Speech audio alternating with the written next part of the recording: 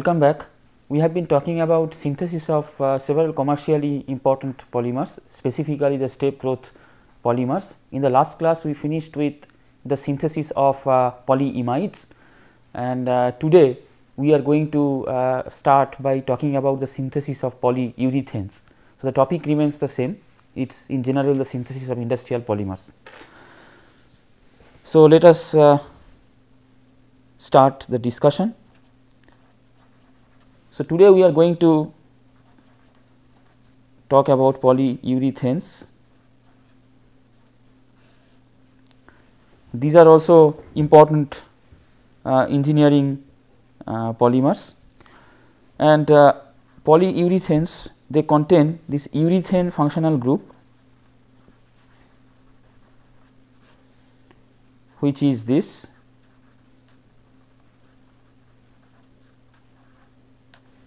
So, this group is contained in these polyurethane molecules. So, this functional group is called urethane. Now, you might already know from our discussion in the earlier classes that this kind of linkages can be obtained by reacting an alcohol with a diisocyanate, or just an alcohol with an isocyanate, then you get the urethane. But if you react a diol with a diisocyanate, then you will get the polyurethanes, because these are both are bifunctional monomers. So, if you use stoichiometric amount of both, so you are reacting your diol with diisocyanate. So, this is your isocyanate group NCO, then R prime, just to differentiate it from the R here, and then you have NCO. So, you have diisocyanate. If you are reacting stoichiometric amount of both, then the product will be a polyurethane.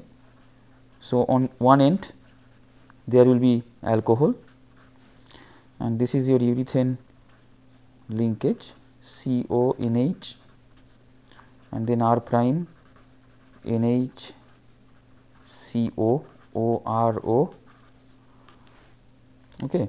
So, both sides there is isocyanate moiety that reacts with the alcohol. So, this is an urethane linkage, and then the alcohol also has to be in the repeat unit.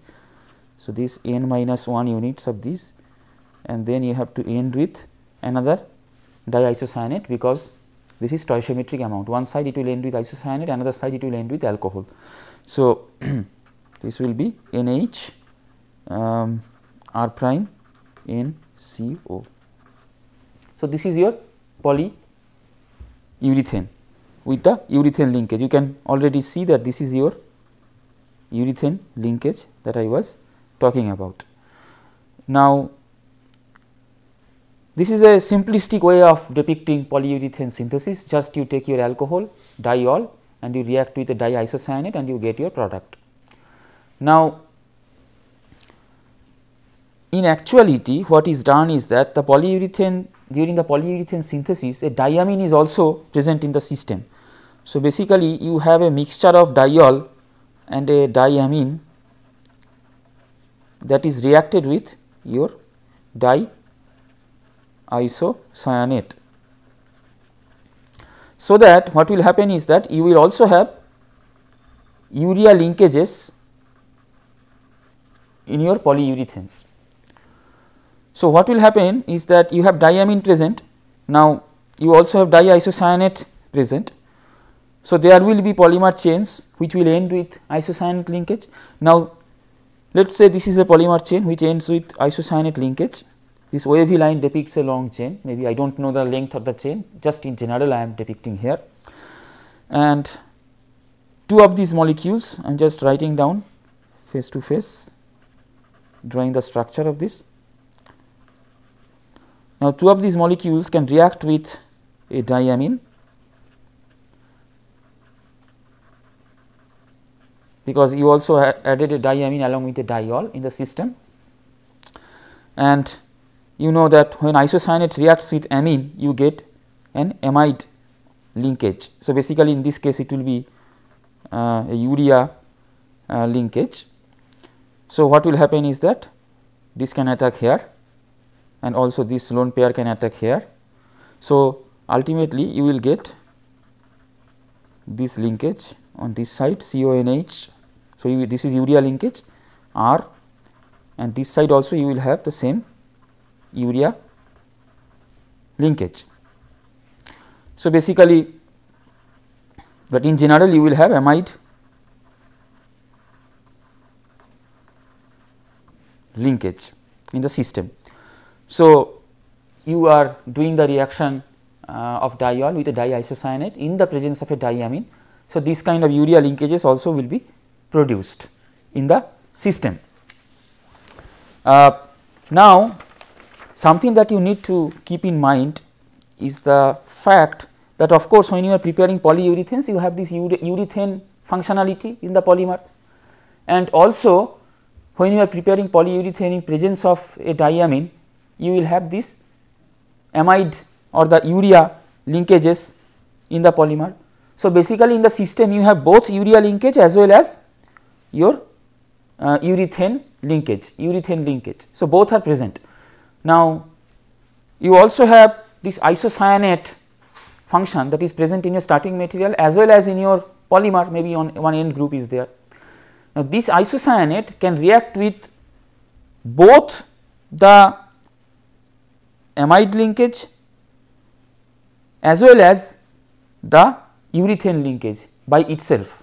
So, what I mean is that there can be side reactions, because of course, during the synthesis of polyurethane, as the name suggests, you will have urethane linkage, and since you are having the diamine you will have an amide linkage, in this case the urea linkage.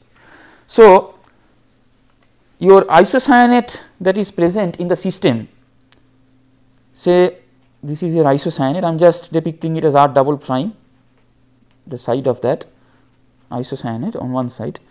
Now, that can actually react with your urethane linkage that has been produced. So, this could be a polymer, you know, this R prime a long chain, this R can be a long chain in general, because this is a urethane linkage that is of course going to be there because the polymer is polyurethane, and isocyanate is also going to be present because this is a monomer, this is one of the monomers, or this could be also at the end of a polymer chain that can react with your urethane linkage. So, here you have a lone pair on the nitrogen of this urethane linkage that can attack on this carbon is electron deficient, oxygen is withdrawing and nitrogen is withdrawing electron. So, it can attack here and it can produce a linkage. Now, this reaction is reversible. So, I am just drawing from this side the molecule. Now, this attacks here on the carbon. So, and then this double bond will open up.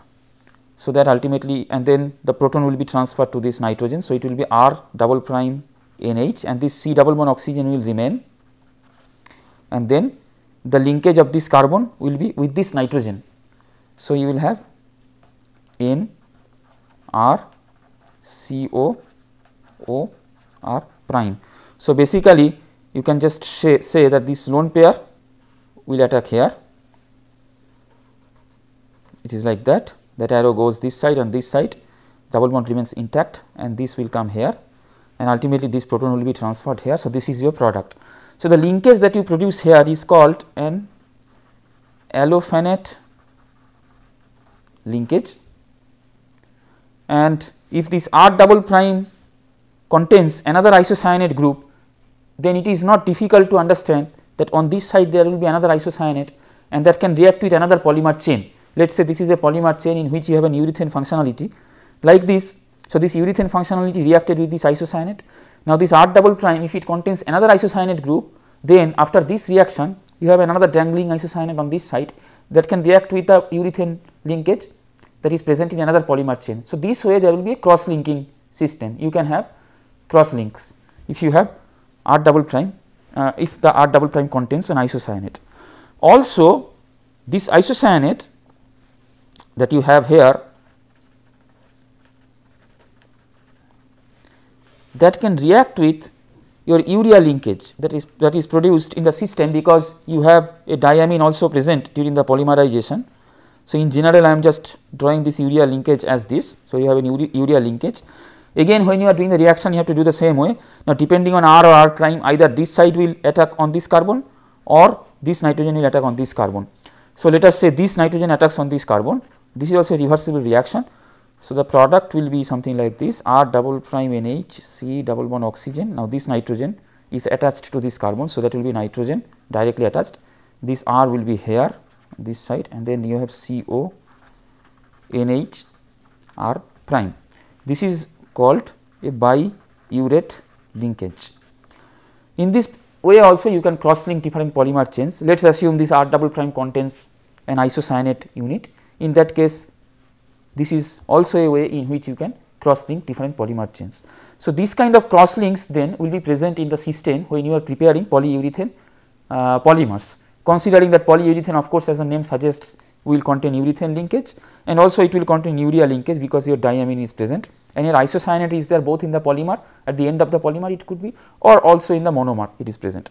So, this kind of cross links could be produced, but typically these are, you see, these are reversible reactions, and if you heat it up say around 150 degrees Celsius, if you heat it up, then what happens is that the reaction goes backwards. So, even if this kind of cross links are produced in the system, that is not detrimental, assuming you do not want these cross links.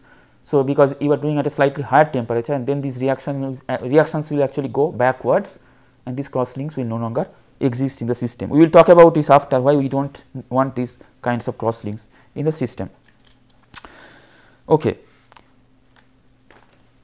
Now, typically you will do the reaction at moderate temperature, 120 to 130 degrees Celsius, I mean typically greater than 100 degrees Celsius, and I mean sometimes what we will do, you will also go to lower than 100 degrees Celsius, not a very high temperature.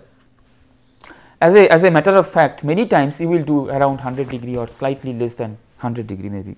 The reason being, if you have the reaction temperature set at quite a high value, then your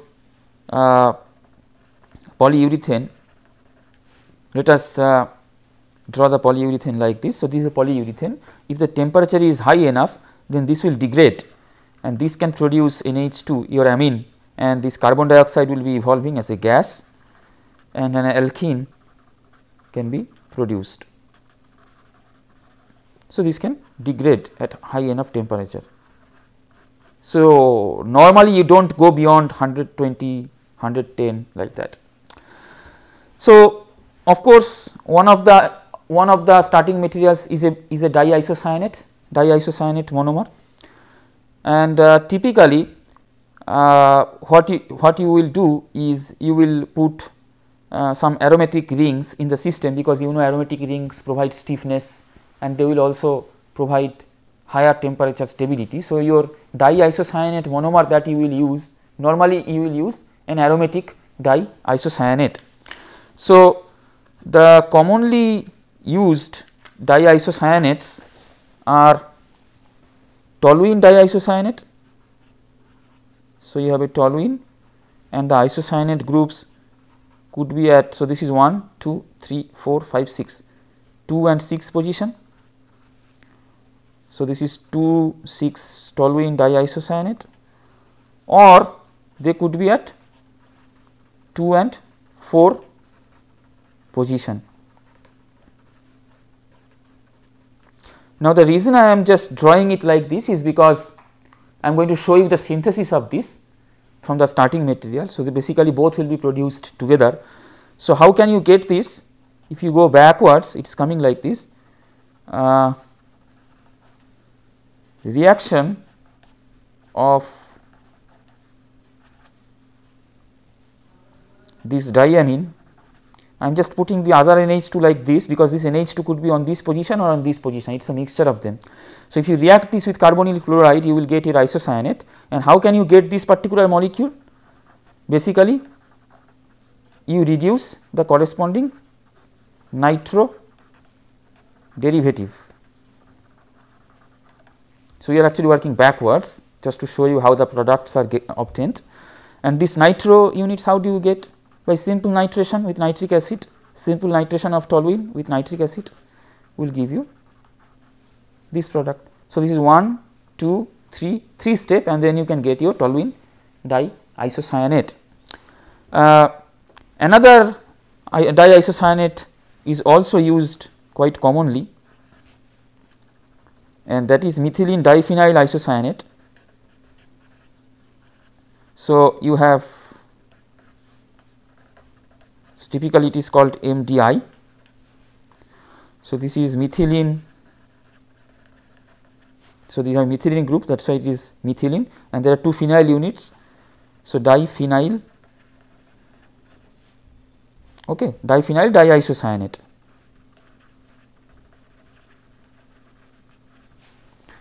All right. Now,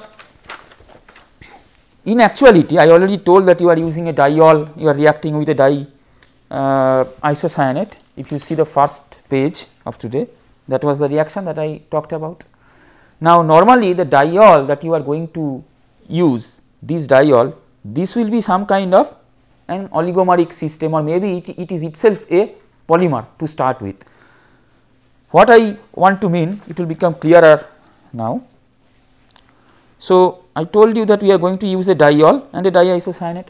Now, this diol typically it is a macroglycol. It is a macroglycol.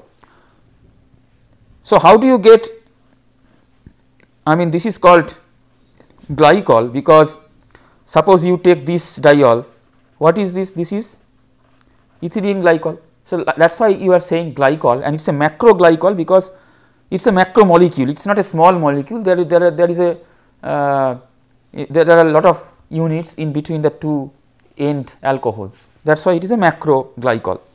Now, there are 2 kinds of macroglycols that are used, one is polyester based and another is polyether based. So, polyester based macroglycol, that is produced by very simple reaction, we already talked about that. You use a diol, an excess of that, and you make a polyester out of it. So, you also use a diacid. So, if you react a diol with a diacid, and if you have an excess of diol, we have talked about these things, it is a polyester that is produced, and that will be on both sides, at the end there will be alcohol because this is in excess. So, typically what you will have is this molecule.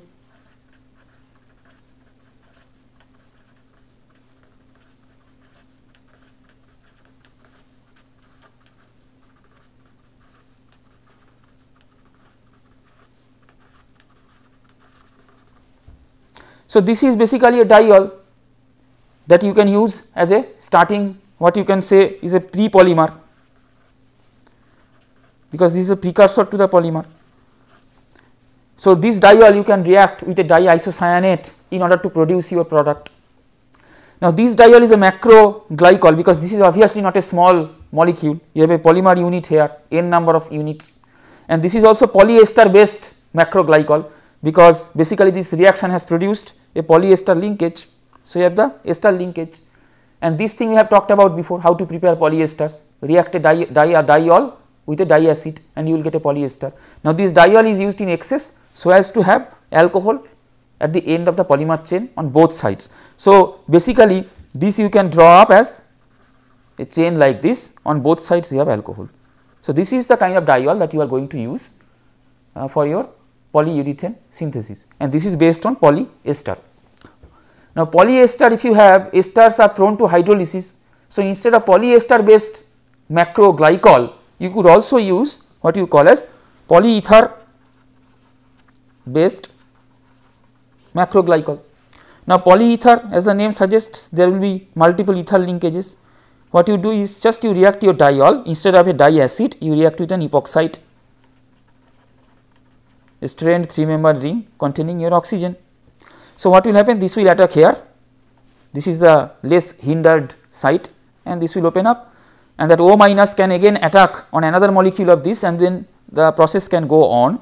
So, ultimately the product that you will get is the following. So, you have an oxygen here and it has opened up. So, this oxygen is connected to a CH2 and then you have CH, R prime, and this oxygen can again attack, and ultimately what will have at the end, you will have a alcohol unit here.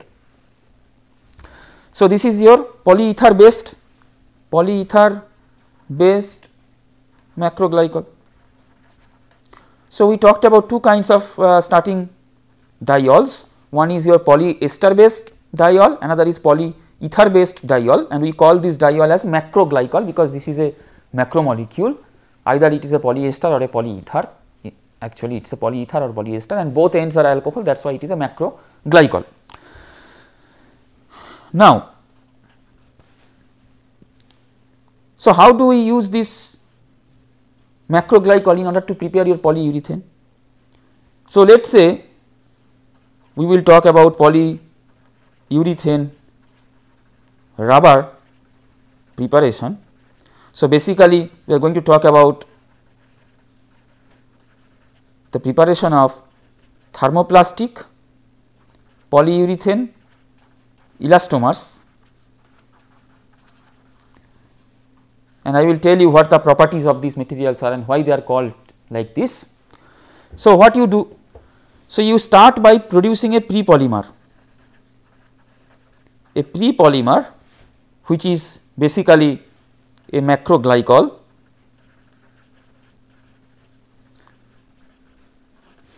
This you produce by reacting a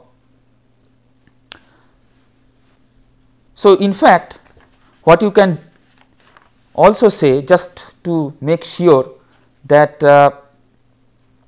your nomenclature is correct, let us not call this particular molecule as a pre-polymer, because that will be confusing. Let us just stick to telling that this is macroglycol. We are going to use the term pre-polymer in some other case, and I am going to come to that. Let us say this is a macroglycol. So, again, so we will not say that macroglycol is a pre-polymer. Let us say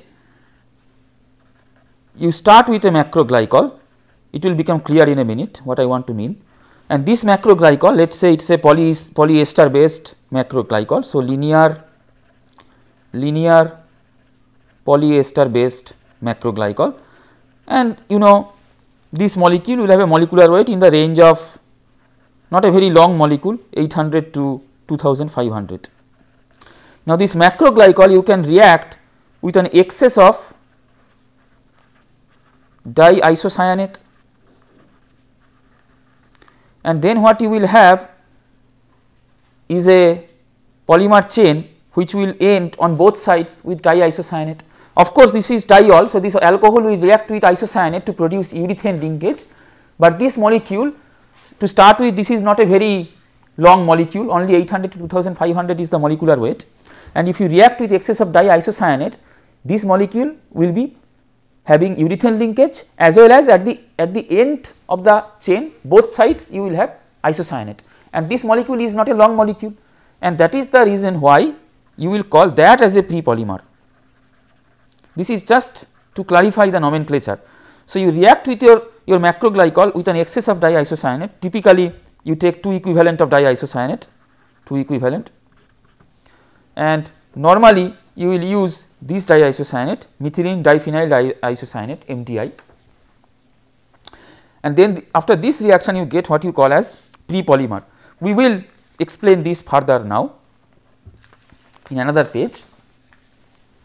So, let us say you take your macroglycol, this is your macroglycol of molecular weight 800 to 2500, and you react with excess, typically 2 equivalent of diisocyanate, let us say it is RNCO, okay, and this is maybe methylene diphenyl diisocyanate, MDI. So, this is 2 equivalent. So, if you do that, then what you will get? You will get this particular product, NCO on one side, and then you have R, NH, CO, O, CO, NH, R, NCO. this is the product that you will get. I mean, I am just drawing it in a very general way. This is what you call as your pre-polymer. Okay. So, this is your pre-polymer. Of course, this is an urethane linkage, as you can see, and this is also an urethane linkage.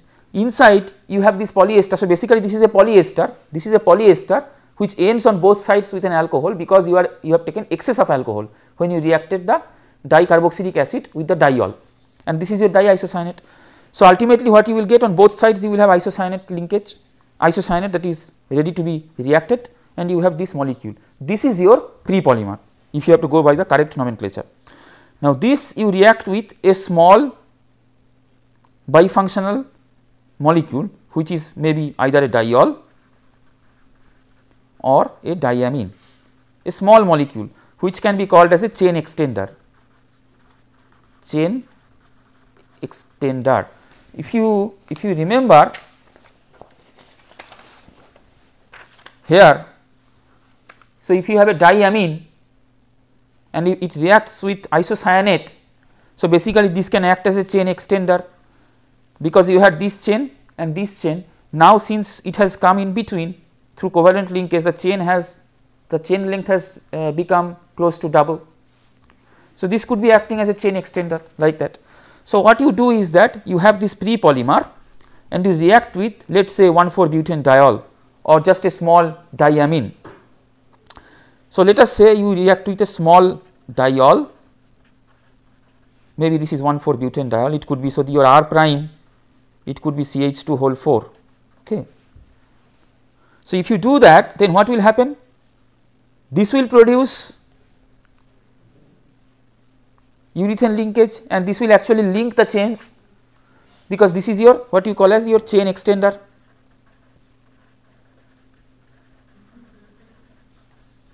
So, if you react with this diol, which is your small diol, which is your chain extender, then what will be the product? So, let us first draw the macroglycol unit, and from this end we will attach this and then try to complete the repeat unit. So, you have NCO, which is isocyanate, that reacts with your alcohol. So, if it reacts with your alcohol, then what will be the product?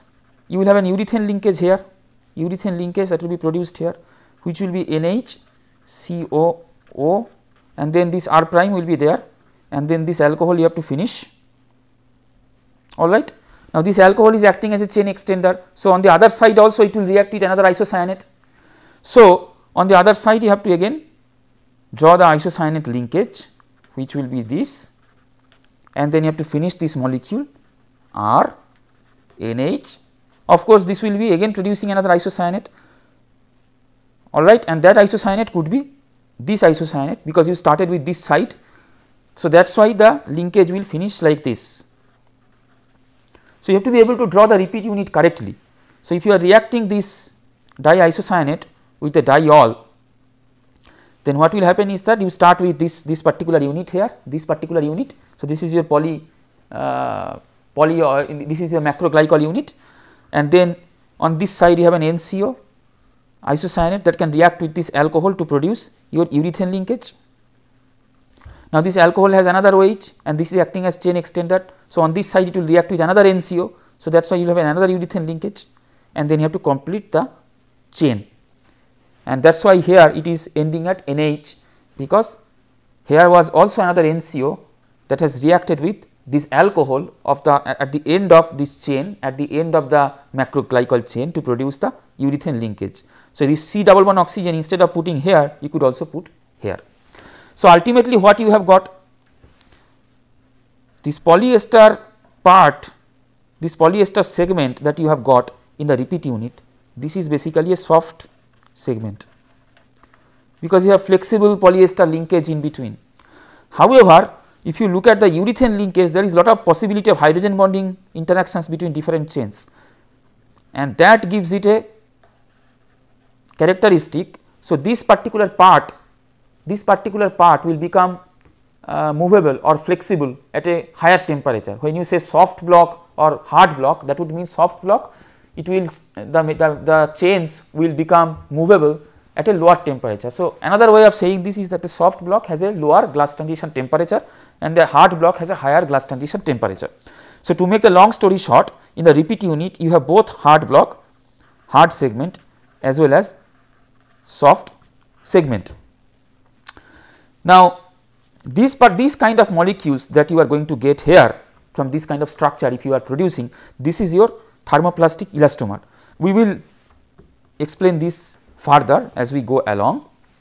So, one of the kinds of thermoplastic elastomers, thermoplastic polyurethane elastomers is your spandex fiber. Okay. So, which can be actually extended up to 600% strain, and so it is quite highly stretchable. It can be stretched to a high length, so that the overall strain could become 600% of the original, and afterwards when you remove the strain it can come back to its original length, and also it can retain its tensile strength, it does not break. So, that is the property of an elastomer,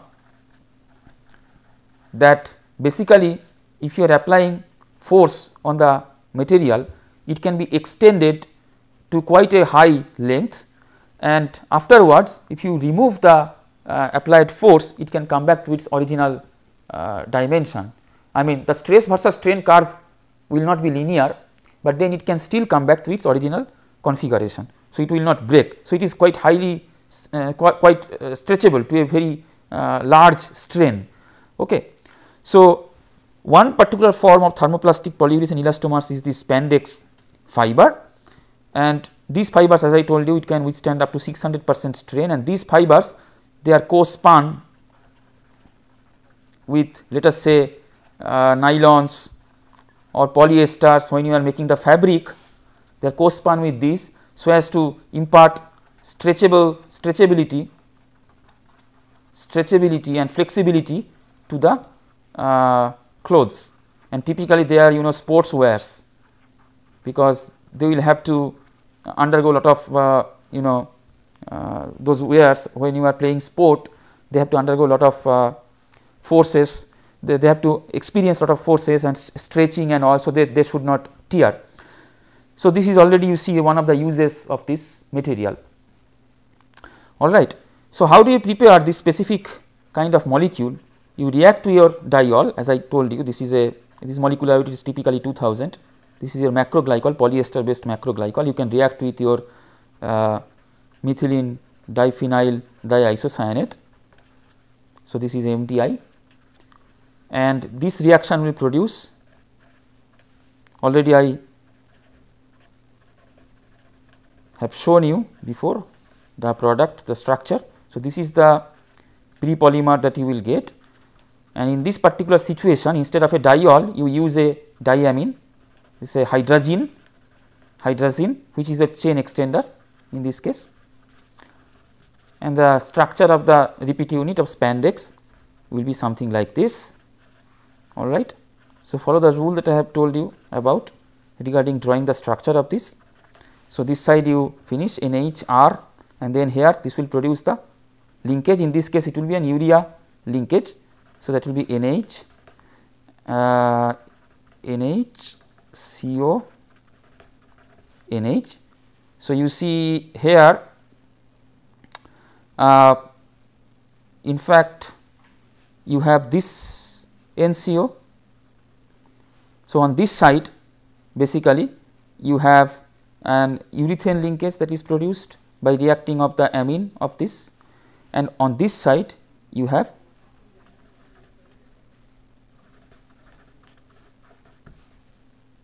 a urea linkage that is produced.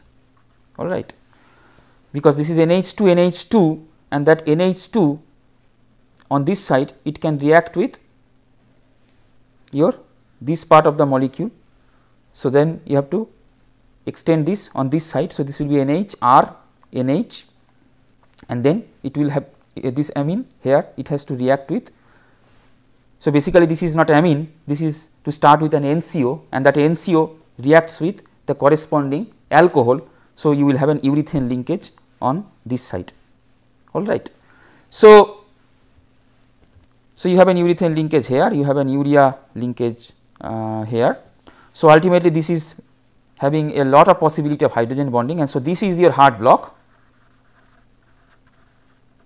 and this is your flexible unit which is your soft block. So, this will have a lower Tg and this will have a higher Tg, I mean separately if you take, and the R here, as I told you, this is your methylene unit flanked by 2 aromatic units. This methylene diphenyl diisocyanate. So, this is your spandex, the structure of your spandex. It has both the hard block as well as the soft block in this material. So, what we will do is that in the next class we will start by explaining a little bit more how the property that we talked about, that stretchability of the material without breaking the material, you can stretch it non-linearly and it can come back to its original configuration when you remove the applied stress. Those things how they generate, that we will talk about, and then we will start talking about. So, we will finish the discussion on polyurethanes and we will start talking about other important polymers. So, till then, thank you and goodbye.